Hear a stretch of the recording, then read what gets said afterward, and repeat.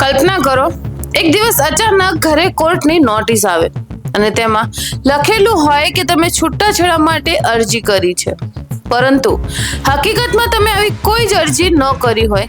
કંઈક આવું જ બન્યું છે જાણીતી ગુજરાતી લોક ગાયિકા કાજલ મહેરિયા સાથે.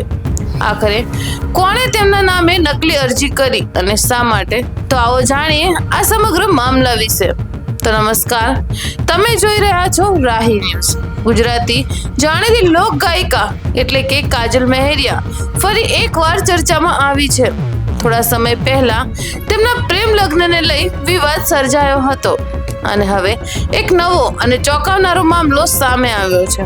અહેવાલો અનુસાર મહેસાણા ફેમિલી કોર્ટમાં કાજલ મહેરિયા અને તેમના પતિ અલ્પેશ ઠાકોરના નામે છૂટાછેડાની અરજી દાખલ કરવામાં આવી હતી. પરંતુ અહીં સૌથી મોટો સવાલ એ હતો કે શું ખરેખર કાજલ મહેરિયાએ છૂટાછેડા લેવા માટે અરજી કરી હતી? જ્યારે કોર્ટની નોટિસ પહોંચી ત્યારે સમગ્ર મામલો ખુલવા લાગ્યો. કાજલ મહેરિયા અને તેમના પતિએ જણાવ્યું કે તેમણે આવી કોઈ જ અરજી નથી કરી, એટલે કે તેમના નામે કોઈ અજાણ્યા વ્યક્તિએ નકલી અરજી દાખલ કરવા હોવાનું સામે આવી રહ્યું છે.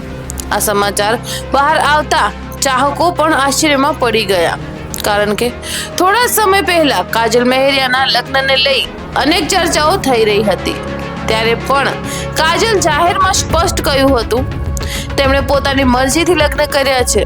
હવે આ નવા કેસમાં સૌથી મોટો પ્રશ્ન એ છે કે આખરે કાજલ મહેરિયાના નામનો ઉપયોગ કોણે કર્યો અને નકલી અરજી પાછળનો હેતુ શું હતો?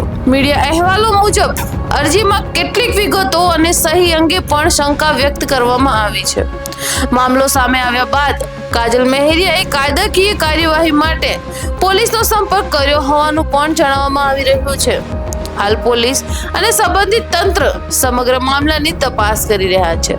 તપાસ બાદ જ સ્પષ્ટ થશે કે આ નકલી અરજી પાછળ કોણ જવાબદાર છે.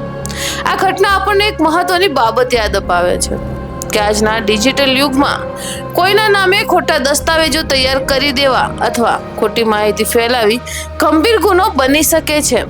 તેથી કોઈ પણ સમાચાર પર વિશ્વાસ કરતા પહેલા તેની સત્યતા ચકાસવી તે ખૂબ જ જરૂરી છે.